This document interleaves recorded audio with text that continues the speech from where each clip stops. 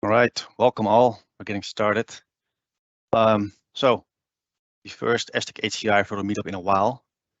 I think we were all virtual event sick because of the pandemic, including myself. But great to see you all again. First of all, I'm aware I made some time zone conversion mistakes. So I made a mistake with the Seattle time zone, but also with the Sydney time zone. So apologies for that. I think I will use another website next time.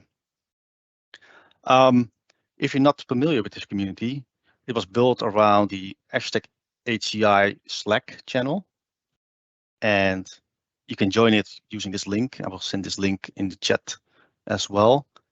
And there are a couple of hundred people, probably more, in there that contribute, ask questions, answer questions, and just update each other. So it's pretty cool. And I forgot to tell you who I am. So I'm Daryl van der Pijl.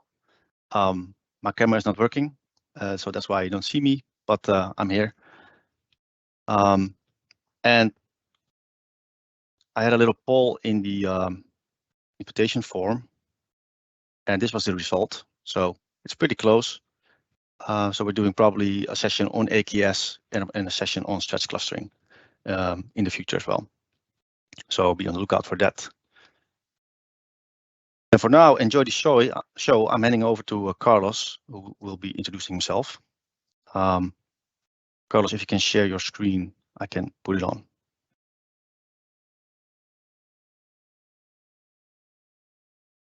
Sure. Thank you, Daryl. Let me know when you see my screen.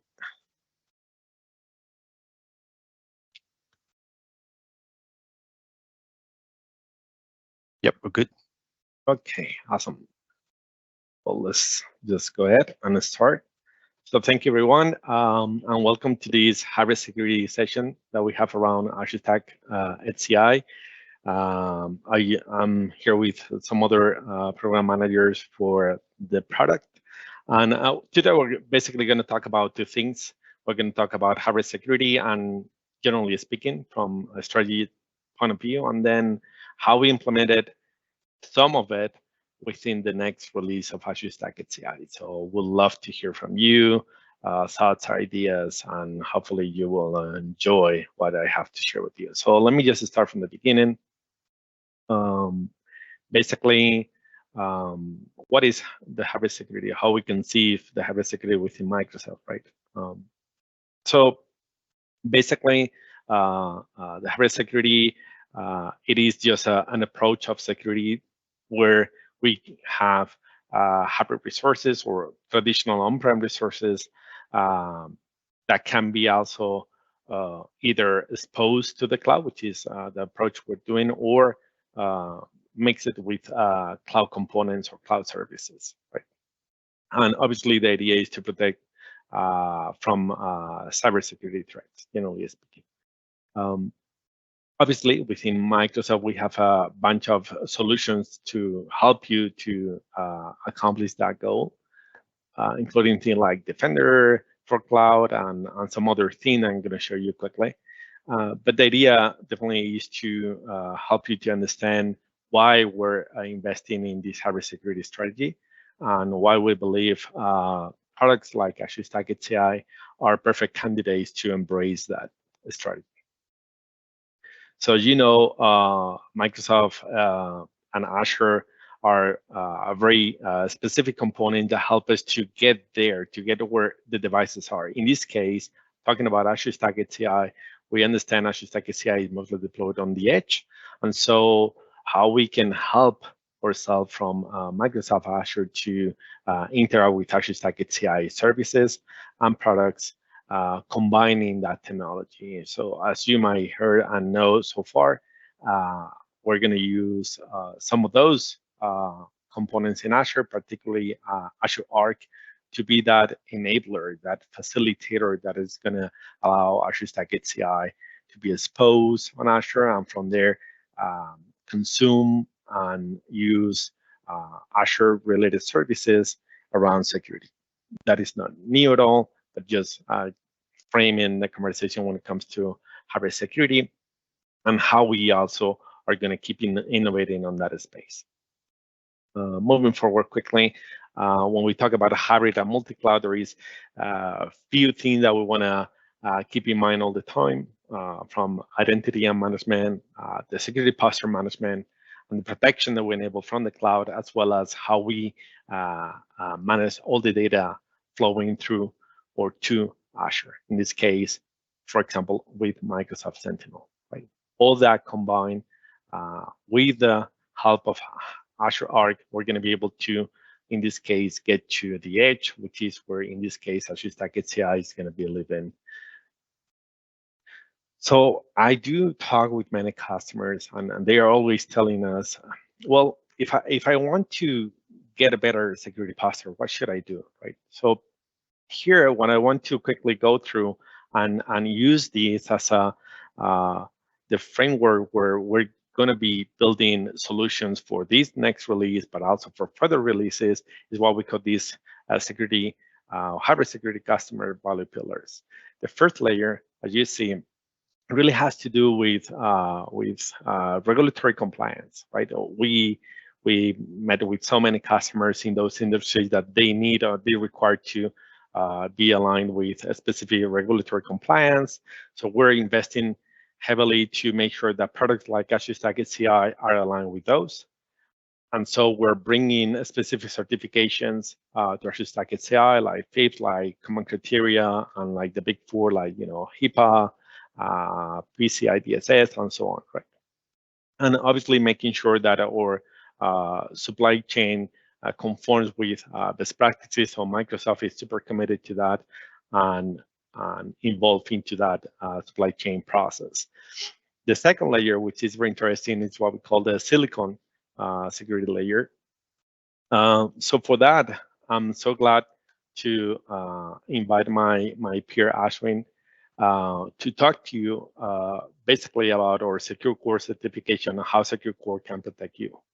So Ashwin, the floor is yours. Yep, thanks, Carlos. Hey, everyone. So I'm Ashwin, and I drive the Secure Core server and PC initiatives within Microsoft. Just to give some context, over the last few years, we've seen an increasing number of attacks geared towards exploiting vulnerabilities in the hardware and firmware domains. Main reasons being that they are harder to detect and easier to persist.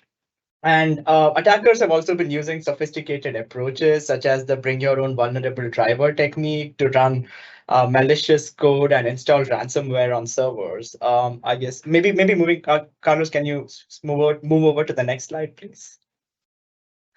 Yeah, one of the goals of the Secured Core initiatives is to ensure that there's a deep integration between the security features offered by the hardware, firmware, and the operating systems to holistically protect your server from the time it boots up. So just drilling down into the specifics, we ensure that all the components in the boot process are measured using a hardware root of trust, which in this case is a trusted platform module. And we also ensure that these components and drivers are legitimately signed using UFI Secure Boot. And these technologies, they ensure the integrity of the boot chain and can help catch an attacker, who's trying to insert malicious code into the early boot processes. One step higher in the stack, we protect the hypervisor secrets from firmware exploits using a technology known as System Guard Secure Launch. This is a hardware-based feature which kind of removes the UFI from the trusted computing base itself.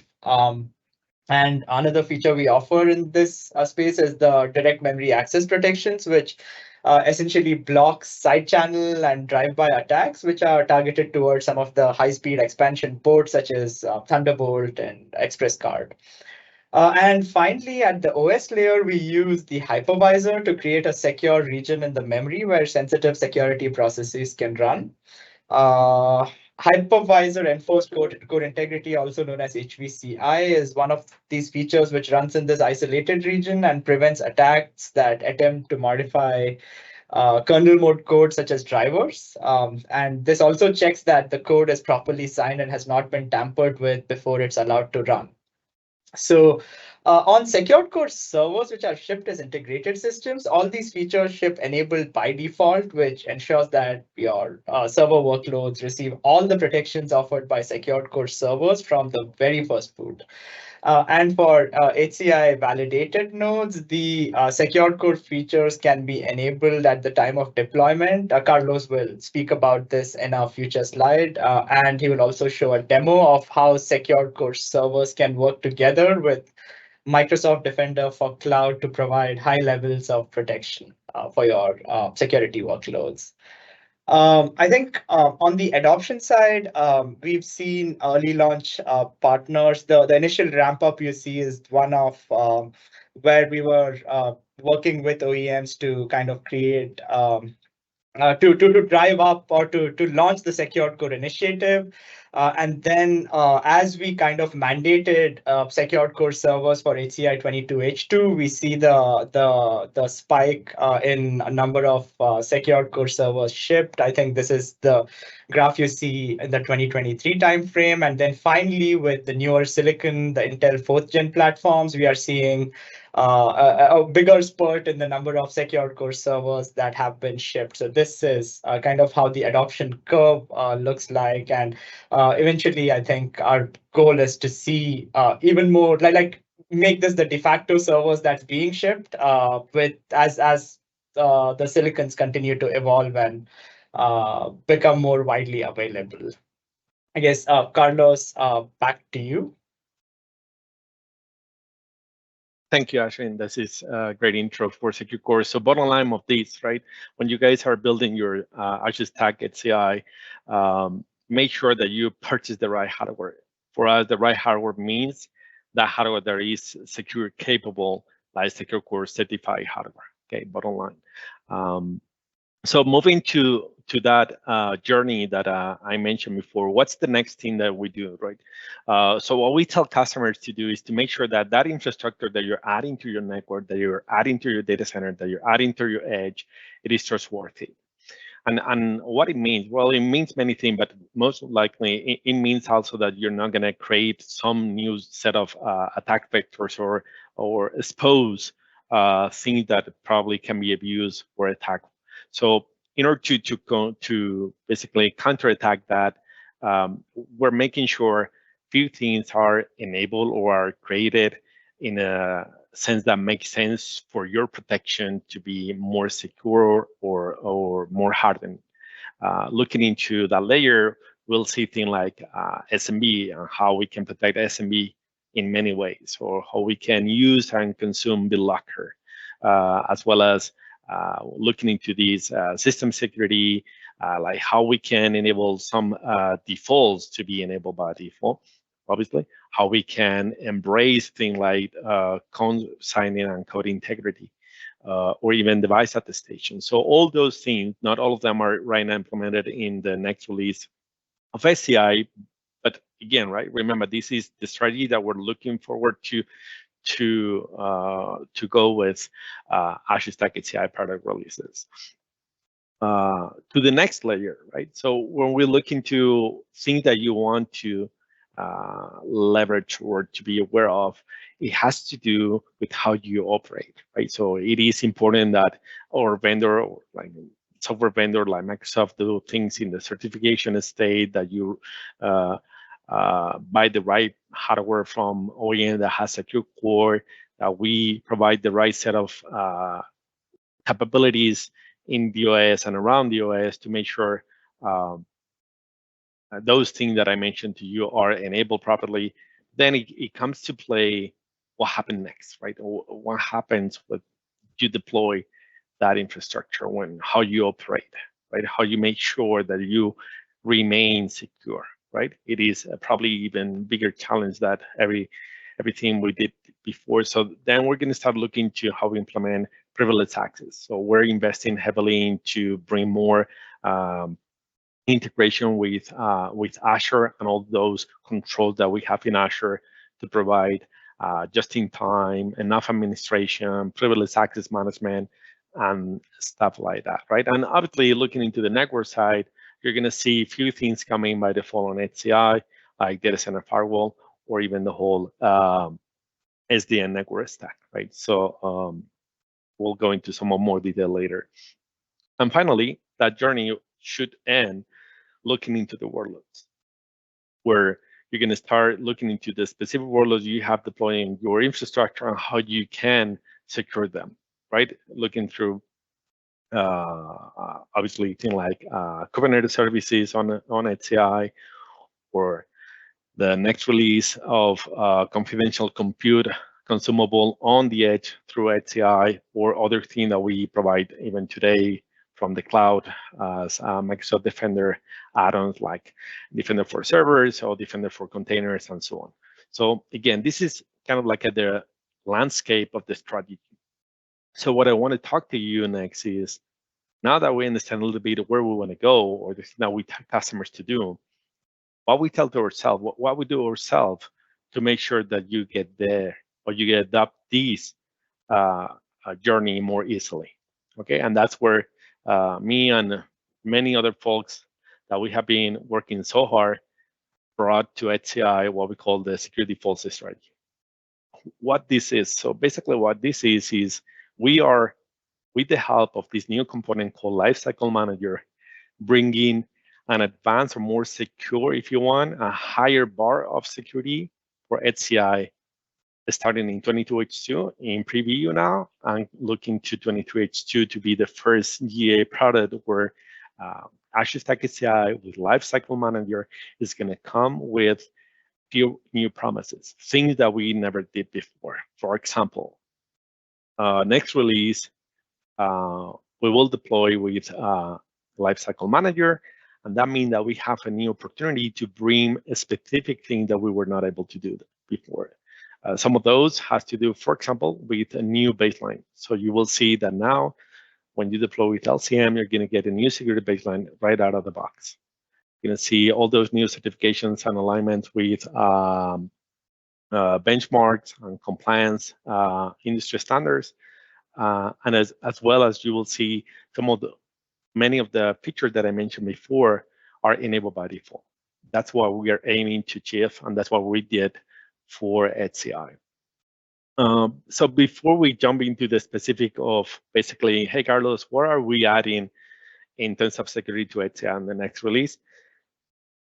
I want to make sure you understand this concept of LCM or Lifecycle Manager. So starting in 23H2, you're going to get this new component called Lifecycle Manager. Think about a Lifecycle Manager, a new control plane for HCI that is going to be able to manage the whole life cycle of HCI product. Basically, from the deploy to the update to capacity like adding nodes, repairing nodes, stuff like that, to continuous monitoring the health of the system, and to provide additional scenarios like a better diagnostic ability or a better support scenario for you to have a full experience and a better experience that you have today on HCI. And all of that while looking always into the security experience to be this pivoting component for us. So LCM will give us and will give you this new experience of security. So what means, what's new for security with LCM? So basically, we split our security story in two sections. The first section, we call it the baseline. And you need to look into these more beyond traditional, baseline of settings in a form of a GPO or something like that we did in the past, to a set of things that we believe should be the new default, the new baseline of security for any HCI deployment. And so we're doing it for you. What are we doing it for you? So basically, we look into various layers, starting from protocol ciphers and hashes, and we are making sure that the system by default is going to provide a strong security posture when it comes to those protocol ciphers and hashes, and things like TLS cipher suites are going to be restricted to more secure by default settings, something that we never did in the past beyond appliance like scenarios like HAP or Azure Stack HAP or Azure Stack Edge. Then looking into the secure core, as Ashwin mentioned, we are going to make sure that every time that you deploy on top of a secure core scenario, we're going to enable all those OS settings in it by default. looking into the host, we're going to make sure that all those things that we were telling you for many years to do, it is there by default. Like, for example, we're doing side channel mitigations enabled by default, so you don't need to go and figure out what new setting needs to be configured in your systems. Looking into compliance, where we invested a lot of time here, is we're going to make sure that your system is FIPS ready, is SIS benchmark aligned, is this stick aligned, and is Azure Windows Security Baseline aligned, right? So those are the goals. We're mostly looking into the Azure Security Baseline aligned, and then we're influencing these other benchmarks to very much align to what we call closely aligned to those others. And then obviously looking into the governance. So we want to make your life easier. I mentioned to you before that it is super important for you to manage these securely. So I'm going to tell you more, but basically we're bringing a totally new mechanism, a totally new layer to apply security settings, or you can call it drift control if you want. But the idea behind this is we have broken the GPO dependency. So now Azure Stack HCI and that baseline that I mentioned to you that's going to come with more than 300 settings configured for you has no GPO dependencies. So those security settings will be maintained through the help of the Lifecycle Manager, will be updated as needed from our side, and you only need to just go and deploy. That's all you need to do. Okay, so no more brainstorming of what setting works and what doesn't. Okay, so that is the baseline. That's everything that we do, and we expect you to keep. But then we are adding some additional security features. We're enabling them by default, but we're giving you the option for you to think about it, or even disable if you need to, hopefully not. But those are some things that we're adding in for you too. So we're going to enable credit card for you to protect your secrets for your identity, right? So traditional Kerberos logins in your systems. We're going to enable application control for you.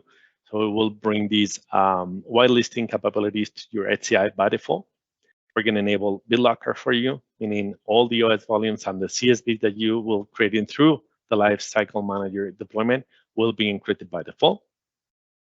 We're also going to enable some sort of protections, including SMB signing, or including the ability to do VM network protection with the help of the SDN data center firewall. And finally, we're going to enable a new experience, totally new, that also my colleagues on HCI PM team are working to bring a new specific HCI Defender for Cloud experiences, where you will have the ability to do a very easy onboarding and also to quickly enable endpoint protection with an EDR that, as you may know, is called Defender for Servers or Defender for Endpoint. Okay, so that's a very high-level summary. So I want to tell you quickly why we're doing this. What are the reasons that we believe we need to be more specific, more action-driven, not just to provide a feature, but to enable the feature for you? Well, the reality is, as we talk with customers, we see a lot of that. We see customers telling us, you know what, I might or might not buy these secure core hardware, but I want to make sure that these kind of new thing that I'm not super familiar with are enabled by default, right? So that's why with the help of LCM, all those security benefits that you can get when you can buy a new secure core server are going to be enabled by default, okay? And also we're going to make sure that is some specific scenarios, like you're testing these in a virtual environment, or there is an old generation hardware that you're repurposing to test HCI, does not meet the requirements, we will make sure that those are not enabled so we don't break your system. Looking into the network, we're going to look to see, as I mentioned to you, all that list of cipher suites. We're going to make sure that there is no unsecured protocols, ciphers, hashes that are going to be used that, as you might know, are not recommended to be used anymore. So we're removing all that from day zero experience. Then we're going to look into the US, as I mentioned to you, and I hear customers all, basically on a weekly basis telling me, man, this is so hard, right? I mean, if I am a big customer, I might be already have a know-how, but if I am a small customer and a small and medium enterprise, how I know which settings should I, toggle, put on, and how I know that might or might not affect the product stability, or if it's going to break something else, right? So we're not only making this baseline secure by default, aligned with Azure Security Baseline, but also we're testing it for you, right? So we have hundreds of builds that runs every day, making sure that all those settings that we're putting from security point of view work, and they are providing the security we want, but also we're making it align with your ultimate goal, which is that they don't have a bigger impact on performance, stability, or usability of the product. Finally, when we look into the apps, I hear from many customers saying, "Hey, I really would love to have this trusted app model, right? Similar to the quote unquote the store that we have on client, but how I'm gonna do that? How I can make this easy for me?" So we invested also so much time not only to provide this application control capability out of the box for its HCI, but also to bring this awareness to OEMs and ISVs. So we have been working heavily with OEMs and ISVs to make sure that all the OEMs, components, agent-free, software extensions for Windows Admin Center works with Windows Admin Center, and also the validated list of ISVs that we have in HCI.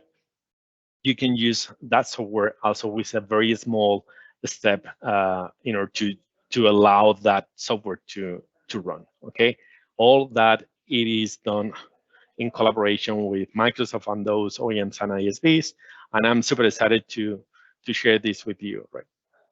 Okay, so did we stop there? No, of course not. But I could probably talk to you for a day, talking about all the things that we added by default in HCI. So I just put this random crazy list for you to understand there is many things that we're enabling by default for you. And I hope you will enjoy this new security bar that we're bringing to HCI moving forward. Okay, so now a few quick demos, right? So let's say that you go and install Lifecycle Manager. What is going to be the new experience? How this experience looks? So when you use the new Lifecycle Manager deployment experience, we have a specific cluster security section for you. I recommend you to go with the recommended security settings, but in some scenarios, some customers and organizations may have a strong opinion about something that they want to customize.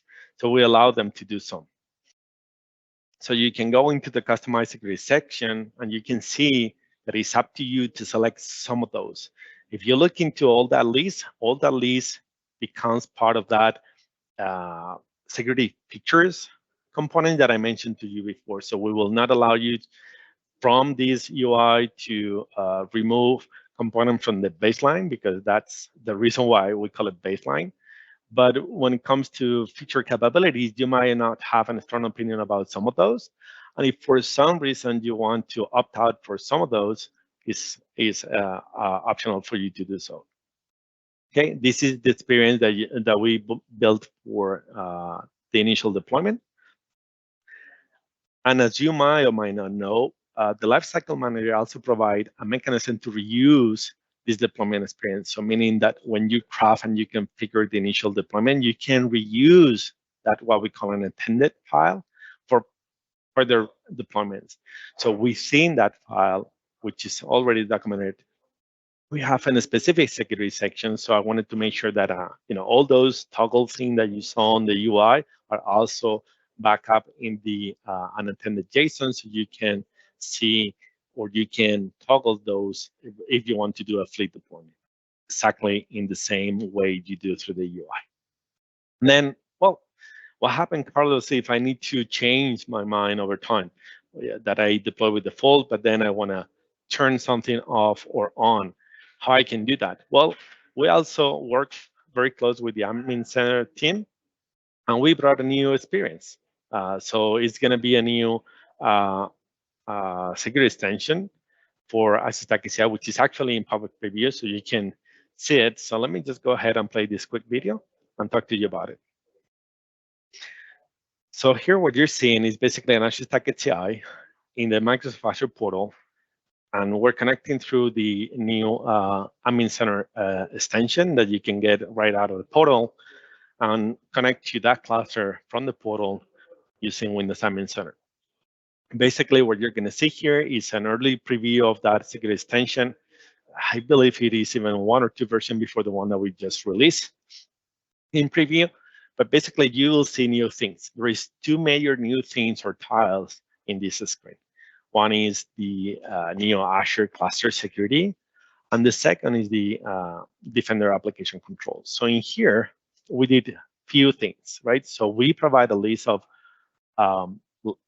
basically features, capabilities that we recommend you to have enabled. And with a single button, with a single click, you can enable that across all the nodes in the cluster.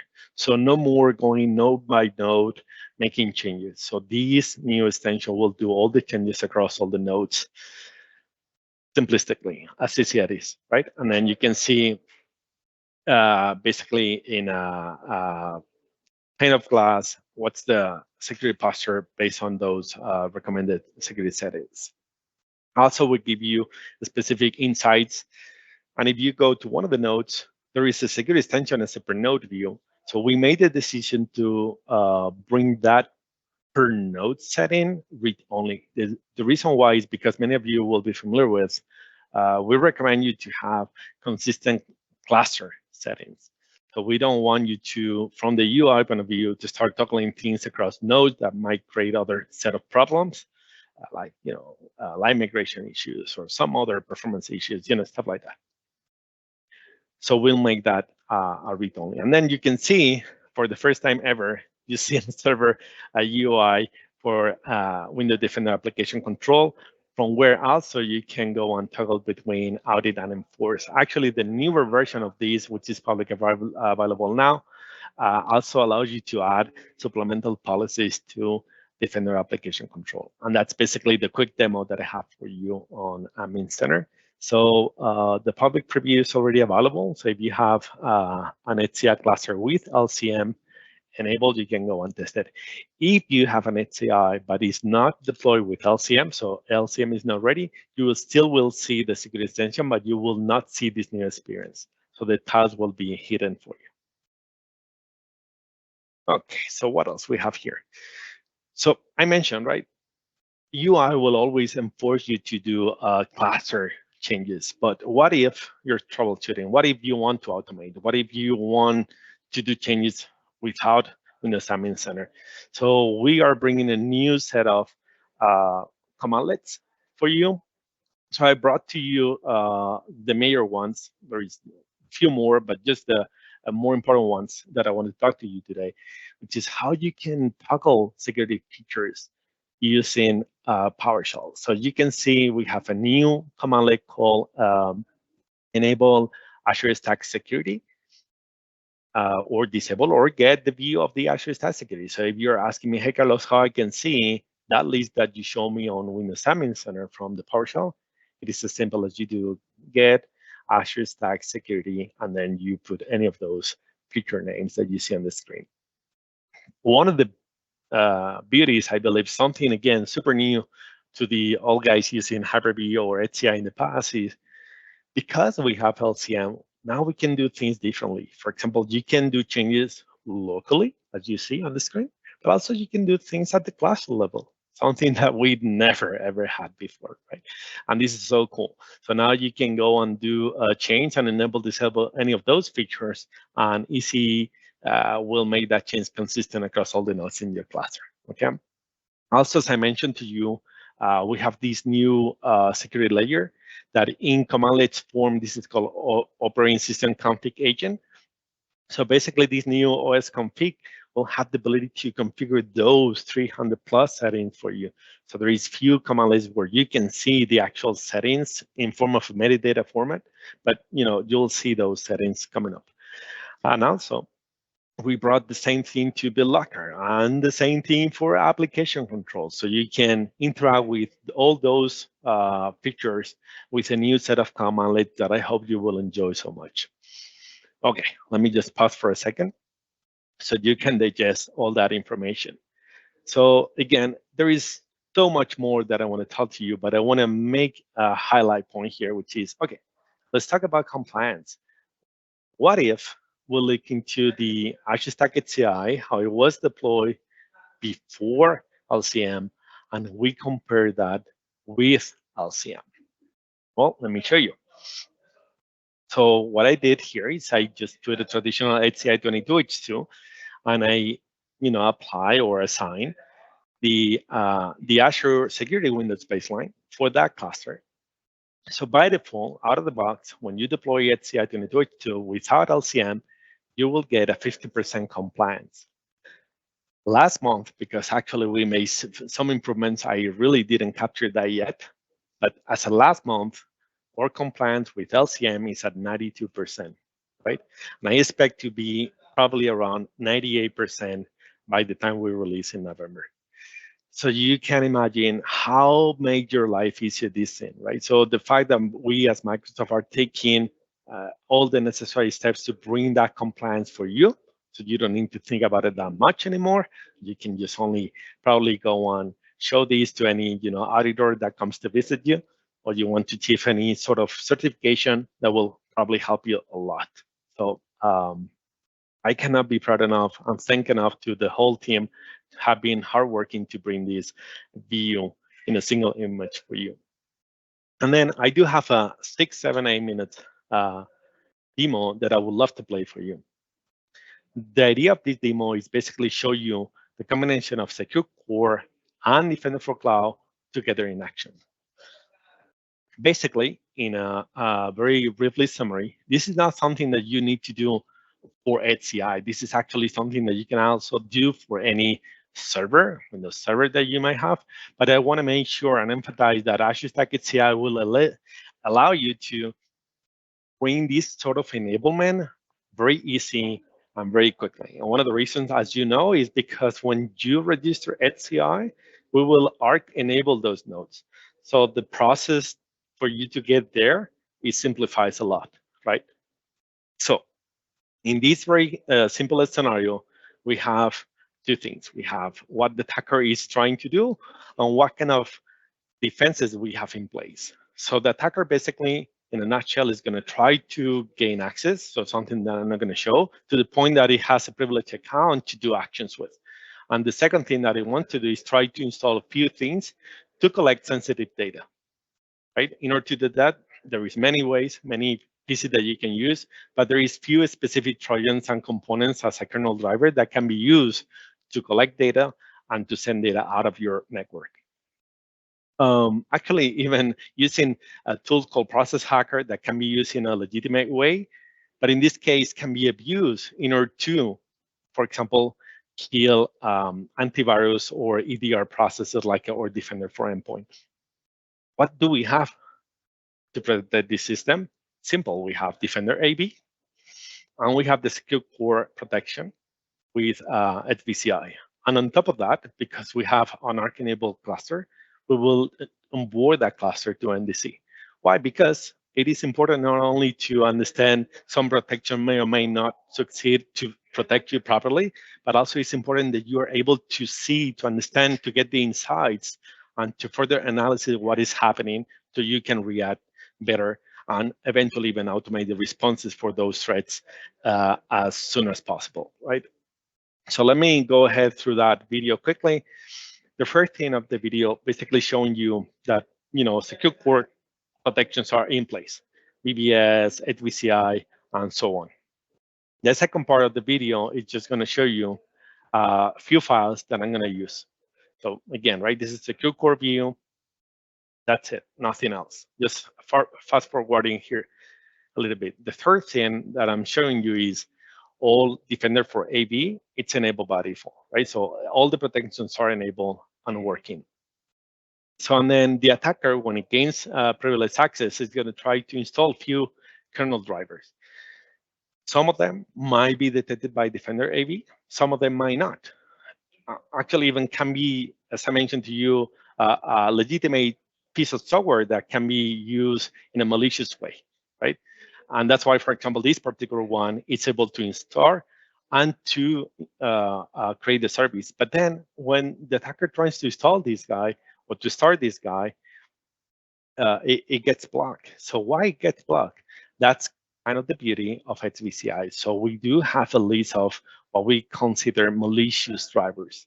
So in this malicious driver list, we will keep an eye on all those trends in the cyberspace, right, that we consider malicious, and we will update continuously the SVCI block list to make sure that you get that protection out of the box without even noticing. So you will know it's happening just if you look into it. So in here, I'm showing you this example where I'm looking into some events around code integrity, and you can already see in this example, it is Microsoft itself who is blocking that we consider malicious driver. Why? Because it has a vulnerability that can be abused. We don't want it to allow attackers to consume that given version of a quote unquote legitimate software.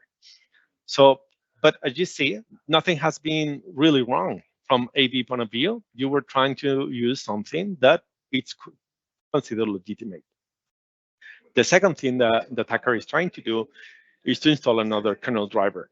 This particular kernel driver, you'll see, is being detected by AV. But that is also so great because it's being detected by the AV, and you have your system connected to MDC.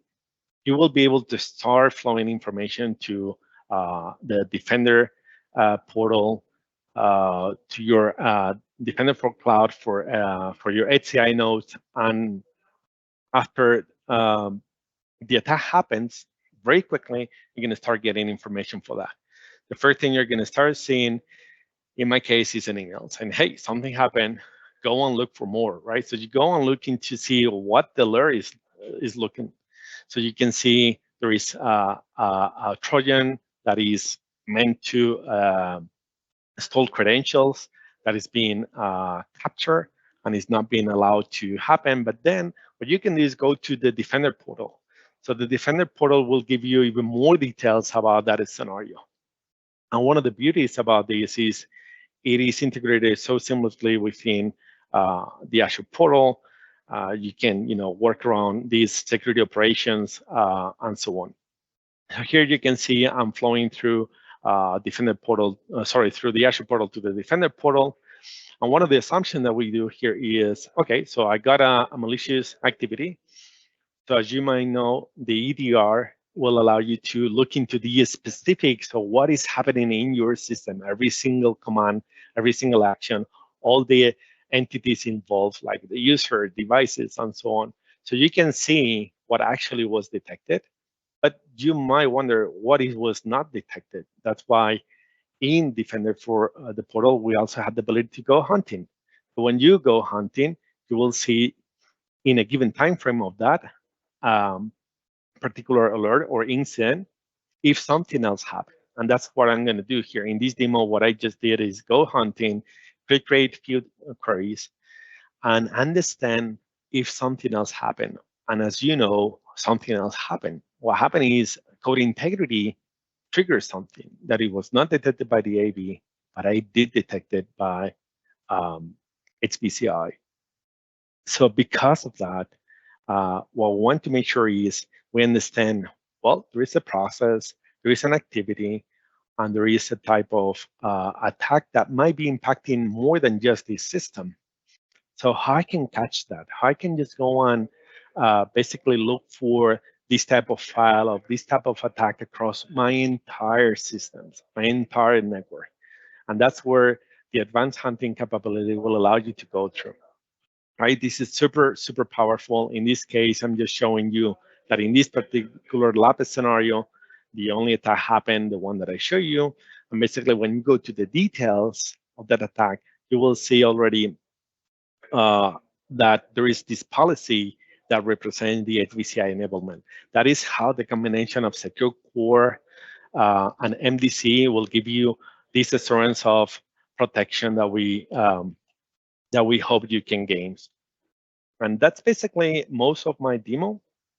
And I hope you enjoy so much. Before we let you go, there is two things that I want to talk to you.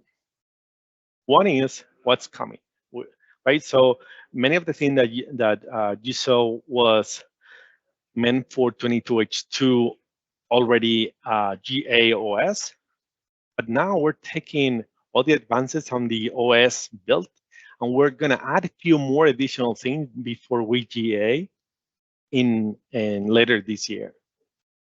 So we're looking to a few things that is coming up in the security space.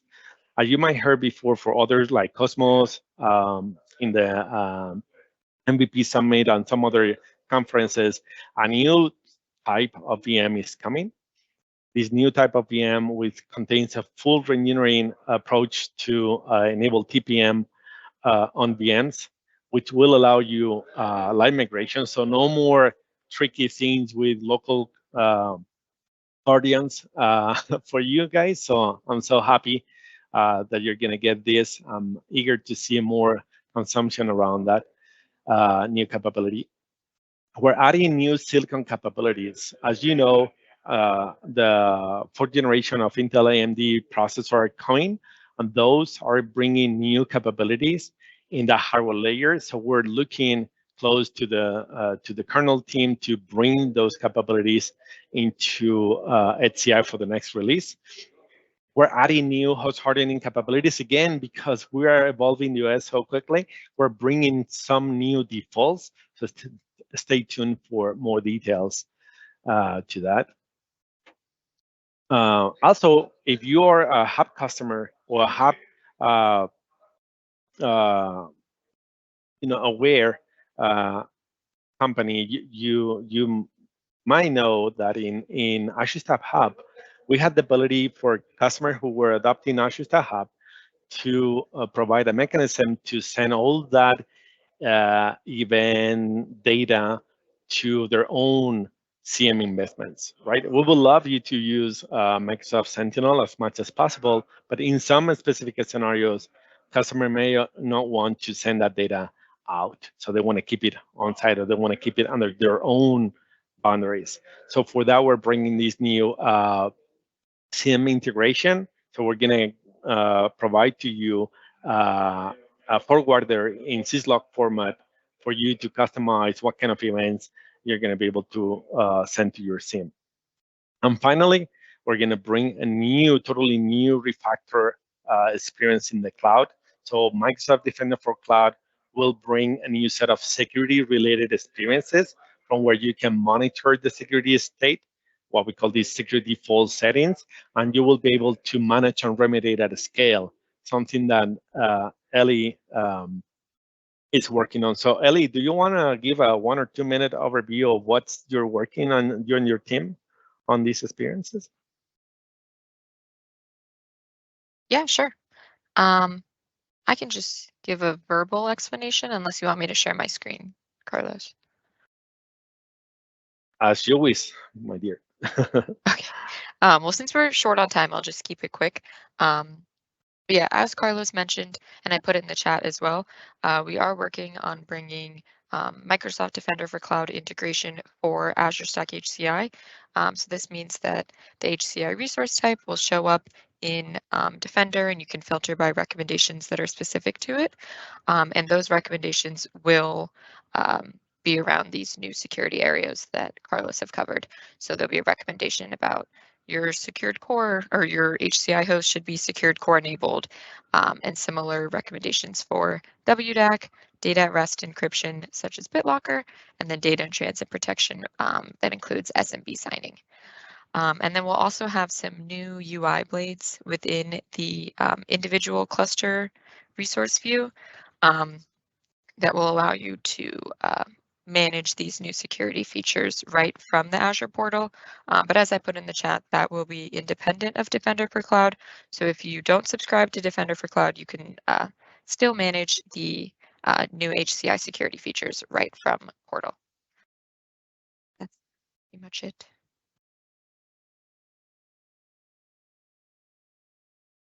Back to you, Carlos. Thank you, Ellie. Thank you so much. We're super excited to bring that to you.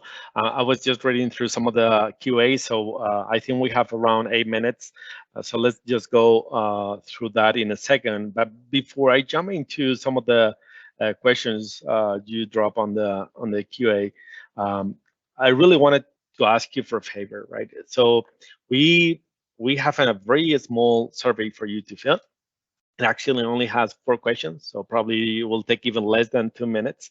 So please, please, please go to this link, aka.ms/HCI security with LCM, and please fill out for us. It will be super helpful. Also, we have an open answer for you, so you can bring your ideas or suggestions to the product for this or next release. We'll be happy to look at you. And if you want to talk more about it, leave you, some of your data, and we'll make sure that I will follow up with you.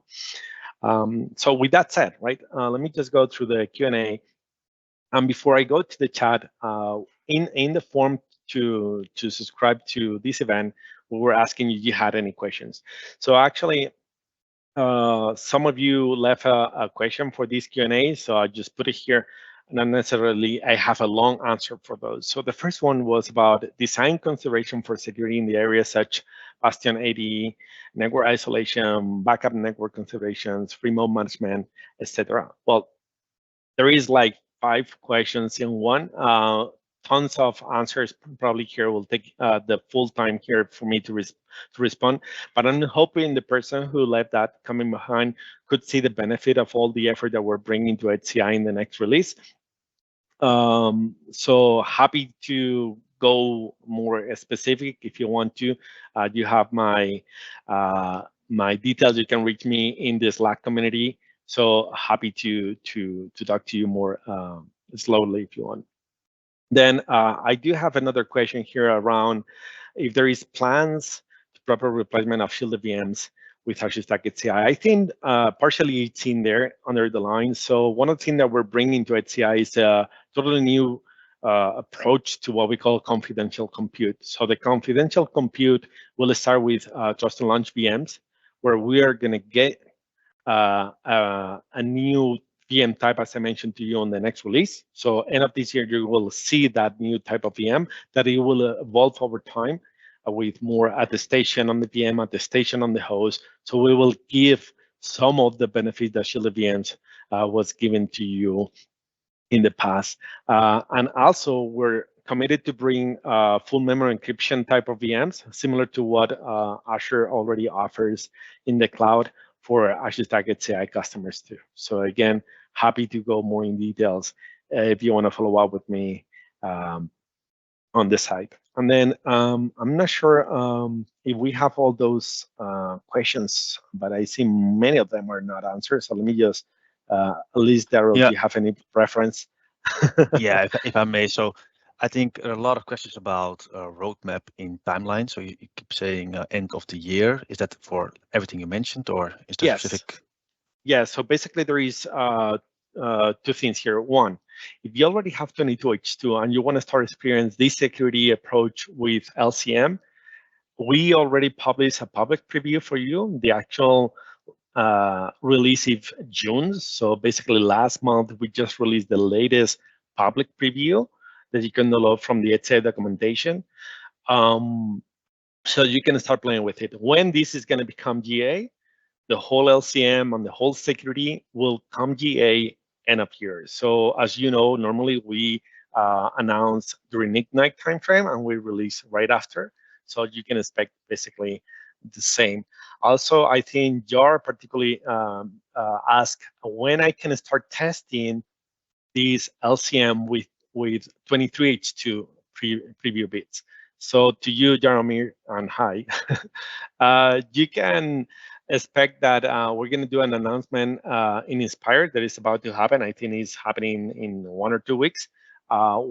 So I probably expect right after the Inspire event, you're going to be able to download the first 23H2 preview bits with LCM and with all this security in it. So just to make sure, all we need to do is download the extension from the Windows Admin Center, and then we can use it, right? Yeah, you need to do 2 things. You need to deploy using LCM. So for that, you need to go to the HCI documentation and then use this, what we call today, supplemental package to deploy your HCI using LCM. And then from there, you can either interact locally or through PowerShell, or you can use the preview of Windows Admin Center to interact with that view that I mentioned to you. Got it. Okay. Next question was also interesting. So we now have like integrated systems from the OEMs. Is the secured core support also available for those integrated systems, or is it completely new nodes? Well, I think that doesn't really change much, right? The secure core certification was available since 22H2 on Windows Server 22, and that will remain. So today, customers can just go to the HCI catalog and look to any solution there is in the catalog, which is secure core certified, and that's it. Nothing has really changed. All the integrated system, they need to provide at least one solution that is secure core. It can be more than one. Validated systems in OEMs, they don't need to have a secure core solution in their catalog. So that's kind of like a difference between the two. So you can basically say, if you're buying from an integrated system OEM, they will provide to you at least one solution, which is secure core available for you. Yep. Okay, last question. How easy will it be to onboard an existing cluster to LCM and all security measures? So where GPUs and minimal configuration has been applied? Question from Steve.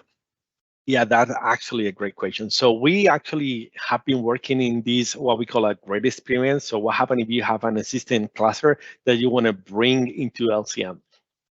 So we have a preview, an internal private preview, but we basically postpone it. So the roadmap on that regard is the next. So we're focusing on bringing new deployments with LCM by, as I mentioned to you, 23H2 GA. And right after that milestone is achieved, then we will bring to you guys this upgrade experience. So yes, you could expect that we will bring to you, or that's the commitment, to bring an upgrade experience from where you can get a, let's say, a 22H2 cluster, or a 22H2 cluster, and bring it to 23H2 with LCM in place. Yeah, that's kind of like the goal. But we are basically focusing first into new net, like greenfield deployments, and then we will bring to you this upgrade experience. Cool. I think it was a great presentation, Carlos. Thank you. I've seen a lot of Thank you for having me. 100, 200 sessions, and this was a real nice, deep session, so I like it. Yeah, yeah. And also, please, if you guys have additional questions, you can find me in Slack. So drop your questions there in the security channel that Daryl started a few months ago. I'm happy to go into more details around LCM and security related questions for HCI. Yeah, come join us. And thanks for joining, and hopefully see you in the next session. Thank you all. Have a great day. Thank you all. Bye. Bye-bye.